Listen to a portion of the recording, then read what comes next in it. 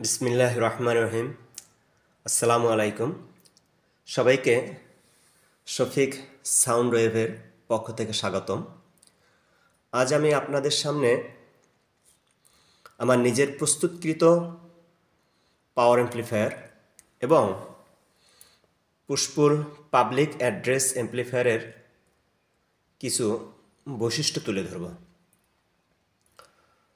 এবং এদের ব্যবহার বিধি আলোচনা করব। অর্থাৎ কোন ক্ষেত্রে কোন অ্যাম্প্লিফায়ার বেশি কার্যকরী। প্রথমত আসছি তাদের গঠন প্রক্রিয়া নিয়ে আলোচনা করছি। পুশপুল পাওয়ার অ্যাম্প্লিফায়ার সিঙ্গেল ফেস, এজন্য তার আউটপুটে মাত্র দুটি লুপ। এটা একটা 250 ওয়াটের পুশপুল পাবলিক অ্যাড্রেস অ্যাম্প্লিফায়ার। এর সেকেন্ডারিতে 15 নম্বর গেজ ব্যবহার করা হয়েছে। 15 নম্বর গেজ 11 অ্যাম্পিয়ার তড়িৎ প্রবাহ করতে পারে, যা ভিএ এবং এই ট্রান্সফরমারটিতে 28 ভোল্ট দেওয়া হয়েছে, যা ভিএ কনভার্ট করলে 300 ভিএর সামান্য কিছু বেশি হয় এবং ওয়াটে কনভার্ট করলে তা 250 ওয়াট আসে। এই অ্যাম্প্লিফায়ার উচ্চ তড়িৎ প্রবাহ এবং নিম্ন বিভব অর্থাৎ হাই অ্যাম্পিয়ার লো ভোল্টেজে কাজ করে। এই জন্য এই অ্যাম্প্লিফায়ারগুলো অত্যন্ত টিকসই হয়। পক্ষান্তরে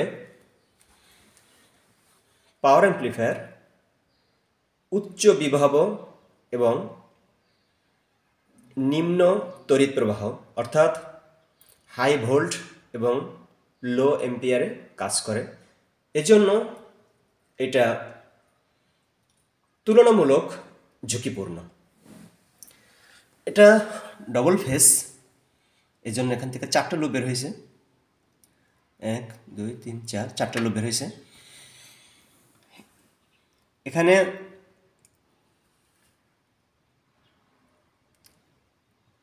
উনিশ নম্বর গেজ ব্যবহার করা হয়েছে, যা 3.5 অ্যাম্পিয়ার তড়িৎ প্রবাহ করতে পারে।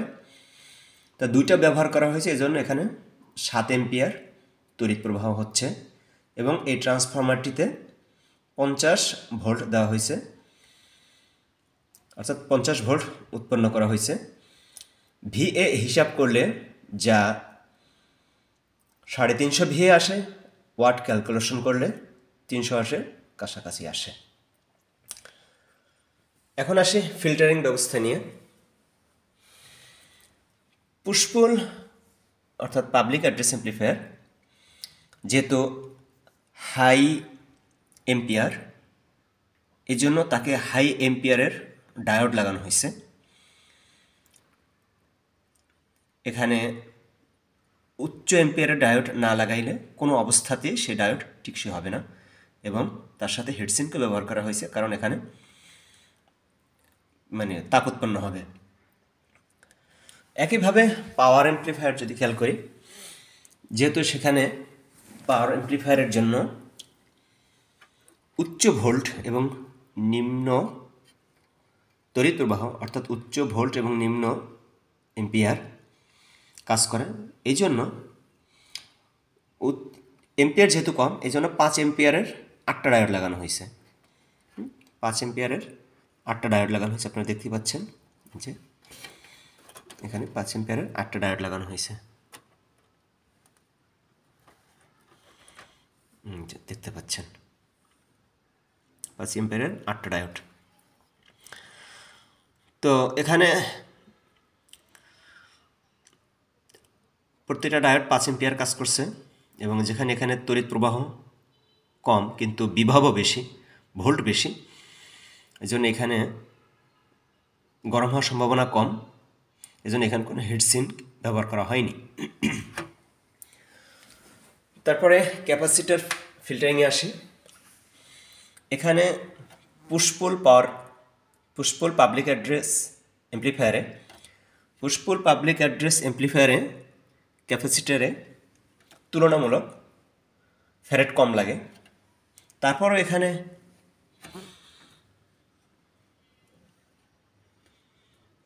$33,000 মাইক্রোফ্যারাড ব্যবহার করা হয়েছে। এখানে কম লাগার কারণ হলো যেহেতু এটা আউটপুটটা ট্রান্সফরমার দিয়ে বের হবে, এই জন্য এখানে ক্যাপাসিটার কম প্রয়োজন হয়। পক্ষান্তরে পাওয়ার অ্যাম্প্লিফায়ারে এখানে ক্যাপাসিটার অনেক বেশি লাগানো হয়েছে, কারণ সরাসরি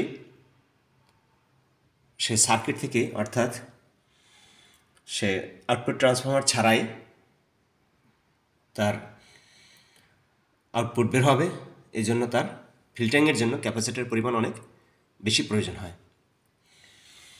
তারপরে আসি কনফিগারেশন, গঠন প্রক্রিয়া। এখানে দুইটা ট্রানজিস্টারই এনপিএন ব্যবহার করা হয়েছে, মানে অর্ধ সাইকেল। এখানে অর্ধ সাইকেল অর্থাৎ কালেক্টরে পজিটিভ দেওয়া হয়েছে, এখানে কালেক্টরে পজিটিভ দেওয়া হয়েছে। ইমিটার দিয়া নিঃসরণ হচ্ছে এবং তার ট্রান্সফর্মার হয়ে গ্রাউন্ডে যাচ্ছে। এ কথার অর্থ হলো গ্রাউন্ড থেকে, অর্থাৎ নেগেটিভ থেকে ইলেকট্রন ট্রান্সফর্মার হয়ে তারপরে অর্ধ সাইকেল সম্পন্ন করে ক্যাথোডে যাচ্ছে। ঠিক এদিকে যখন অর্ধ সাইকেল পূর্ণ হয়ে গেল, বাকি অর্ধ সাইকেল পূর্ণ করার জন্য এপাশে যে চারটে ট্রানজিস্টার আছে, তারা ইমিটার থেকে তারা চার্জ, যদি ক্যাথোড থেকে চার্জ এই লুপের মাধ্যমে আসা, অর্থাৎ ট্রানজিস্টারের ইমিটার থেকে বের হইয়া, অর্থাৎ ট্রান্সফর্মারের ভিতর থেকে তারপরে গ্রাউন্ডে গেছে। এর অর্থ হলো, আমরা জানি চার্জ স্থানান্তরিত হয় না, স্থানান্তরিত হয় মূলত ইলেকট্রন। এর অর্থ হলো ইলেকট্রন এই নেগেটিভ থেকে, অর্থাৎ এখানে যেটা গ্রাউন্ড সেটাই নেগেটিভ, অর্থাৎ নেগেটিভ থেকে ইলেকট্রন ট্রান্সফর্মার হয়ে তারপরে ইমিটার হয়ে তারপরে কালেক্টরে ক্যাথোডে যাচ্ছে, যেহেতু ক্যাথোডে ধনাত্মক চার্জ।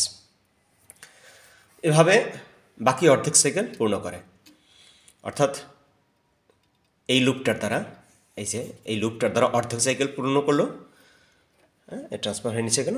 আবার বাকি অর্ধ সাইকেল এই চারটা ট্রানজিস্টার পূর্ণ করলো, অর্থাৎ এই অর্ধ সাইকেল এই দুইজনে মিলে একটা পূর্ণ সাইকেল, অর্থাৎ একটা পূর্ণচক্র তৈরি করলো। এই প্রক্রিয়ায় সে আউটপুট সরবরাহ করে। আর তাকে ড্রাইভ করার জন্য, অর্থাৎ এই ট্রানজিস্টারগুলোকে ড্রাইভ করার জন্য আবার আলাদা একটা ড্রাইভার ইউনিট বসানো হয়। সেখানে অর্ধ সাইকেল তৈরি করে, ওকে সিগন্যাল দেয়, ও সিগন্যালটাকে আরও স্ট্রং করে তারপর ওর কাছে পাঠায়। আর বাকিটার লুপও ওর বেজে সিগন্যাল দেয়, সেও আবার বাকি অর্ধ সাইকেল পূর্ণ করে স্ট্রং করার জন্য ওর কাছে পাঠায়। এভাবে সে আউটপুট সরবরাহ করে। আর এই ড্রাইভারের সেন্টার ট্যাপে, এই যে কালো তারটা দিয়ে সেন্টার ট্যাপে এখানে তার বায়াসিং ভোল্ট তৈরি করা হয়েছে। আপনারা দেখছেন যে 3.3, এটা হচ্ছে 220 ওহমস, এটা দিয়ে তার বায়াসিং ভোল্ট তৈরি করা হয়েছে। পক্ষান্তরে যদি পাওয়ার অ্যাম্প্লিফায়ারের বেলায় আসি, পাওয়ার অ্যাম্প্লিফায়ার এরকম কিছুই প্রয়োজন নেই, শুধু এখান থেকে ডবল ফেস এই একটা সাইকেল পূর্ণ করে, বাকি একটা সাইকেল এটা পূর্ণ করে। এটা হচ্ছে ঋণাত্মক সাইকেল তৈরি করে, এরা হচ্ছে ধনাত্মক সাইকেল তৈরি করে। ঠিক একইভাবে এখানে এরা ঋণাত্মক সাইকেল তৈরি করে, আবার এরা এখানে ধনাত্মক সাইকেল তৈরি করে। এভাবে তারা পূর্ণচক্র পূরণ করে। এজন্য কোনো আউটপুট ট্রান্সফর্মার কিংবা ড্রাইভার ট্রান্সফর্মারের প্রয়োজন হয় না। যদি বলি যে রাফ ইউজ আমরা যেটাকে বলি, অর্থাৎ সচরাচর ব্যবহার করা, তো সেক্ষেত্রে পুশ পুল পাওয়ার অ্যাম্প্লিফায়ার খুবই ভালো, কারণ যেহেতু এটার বিভবও কম অর্থাৎ ভোল্টেজ কম, অ্যাম্পিয়ার বেশি, এই কারণে এটার নষ্ট হওয়ার সম্ভাবনা খুবই কম। আবার এটা যেহেতু উচ্চ বিভব, এই জন্য এটার ব্যবহারে সতর্কতা অবলম্বন করা অত্যন্ত জরুরি।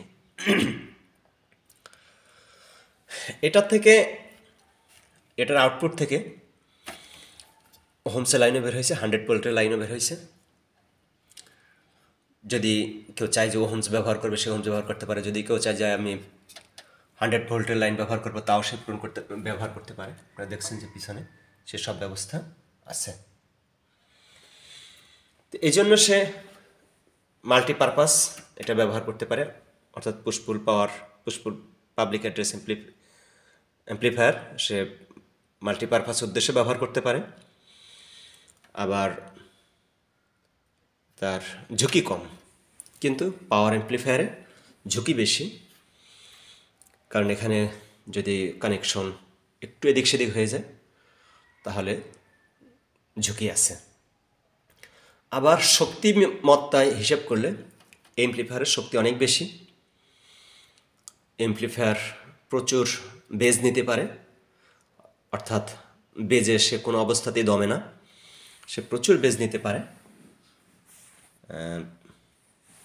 বেজের খুব সে দক্ষ, অর্থাৎ বেজে কোনো অবস্থাতেই সে ফাটে না, কিন্তু ভোকাল খুব বেশি একটা তুলতে পারে না। আবার ভোকাল বিবেচনায় পুশ পুল পাওয়ার খুবই দক্ষ, সে অনেক ভোকাল তুলতে পারে, খুবই স্পষ্ট এবং পরিষ্কার হয়। কিন্তু পুশ পুল পাবলিক অ্যাড্রেস অ্যাম্প্লিফায়ার সে বেজে অনেকটাই নমনীয়, অর্থাৎ অনেকটাই কমজোর বা দুর্বল, অর্থাৎ বেজে সে খুবই একটা ভালো পারফরমেন্স দেয় না। এখন আপনারা আপনাদের কাজের উপরে ভিত্তি করে, অর্থাৎ মসজিদ বা স্টেশন বা অডিটোরিয়াম, এই সমস্ত স্থানে আপনারা পাবলিক অ্যাড্রেস অ্যাম্প্লিফায়ার ব্যবহার করতে পারেন, যেহেতু সেখানে ভোকাল প্রয়োজন, অর্থাৎ কথা শোনা প্রয়োজন, কথাটা পরিষ্কার হওয়া প্রয়োজন। সে সমস্ত স্থানের জন্য পাবলিক অ্যাড্রেস অ্যাম্প্লিফায়ার খুবই ভালো, অর্থাৎ পাবলিক ফাংশনের জন্য। আবার কোনো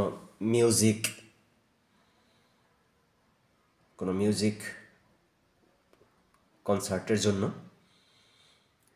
বা যেখানে বেজ আছে, বেজের কাজ আছে, সেখানের জন্য পাওয়ার অ্যাম্প্লিফায়ার খুবই ভালো। তবে পাওয়ার অ্যাম্প্লিফায়ার দিয়ে খেয়াল করতে হবে, কোনো ইউনিট চালানো সম্ভব না, কারণ একটা ইউনিট সাধারণত 31 ভোল্ট নিতে পারে। আর এই অ্যাম্প্লিফায়ারটা দিয়ে 50 ভোল্ট বের হয়, কাজে 50 ভোল্ট বের হলে সে ইউনিটিতে কোনোভাবেই ইউনিটটা টিকবে না, ইউনিটটা পুড়ে যাবে। এই জন্য ইউনিটের বেলায় হিসাব করতে হবে, সাবধানতা থাকতে হবে। অর্থাৎ পাওয়ার অ্যাম্প্লিফায়ার দেওয়া ইউনিট চালান যায়, কিন্তু সেক্ষেত্রে খেয়াল রাখতে হবে আমার যেন কোনো অবস্থাতে আউটপুট 31 ভোল্টের বেশি না হয়। যদি 31 ভোল্টের বেশি হয় তাহলে কিন্তু কয়েল জ্বলে যাবে, কারণ একটা ইউনিট 31 ভোল্ট পর্যন্ত নিতে পারে। এ হলো ব্যবহার বিধি। এখন আপনারা আপনাদের ব্যবহারের উপরে ভিত্তি করে কোনটা ব্যবহার করবেন সেটা এখন আপনাদের দায়িত্ব। সকলে ভালো থাকুন, আপনাদের শুভকামনায় বিদায় নিচ্ছি। আসসালামু আলাইকুম। পরে দেখা হবে অন্য কোনো এক ভিডিওতে।